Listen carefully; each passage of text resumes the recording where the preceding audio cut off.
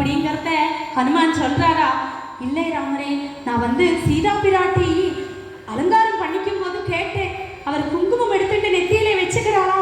அப்ப நான் கேட்டேன், எதுக்காக வச்சுக்கிறாள் மாதா அப்படின்னு.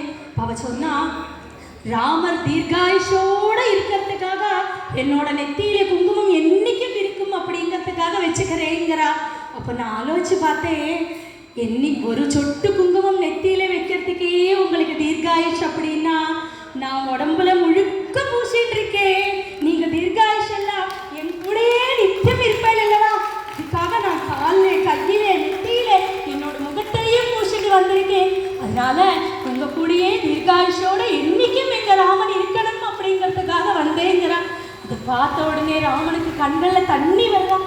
இப்படி ஒரு தாசிய பக்தியா, இப்படி ஒரு பக்தியா ஹனுமான் பண்ணுவான் அப்படிங்கிறதுக்கு பட்டாபிஷேக காட்சியும் இந்த நவவித பக்தி அப்படிங்கிறதும் நாங்கள் இந்த வேதியில கொண்டு வந்து எங்களால் முடிஞ்சவரை குழந்தைகளுக்கு எல்லாம் எக்ஸாம்ஸ் அந்த டைம்லையும் நாங்கள் ப்ராக்டிஸ் பண்ணி அவளை இங்கே நூறு விடண்டா அப்படின்னு ஒரு ஆசையம் அந்த மண்டபத்தில் இந்த சுவாமி சன்னிதியில் பண்ணணுங்கிறதுக்காக எங்களால் முடிஞ்ச அளவுக்கு நாங்கள் பண்ணியிருக்கோம்.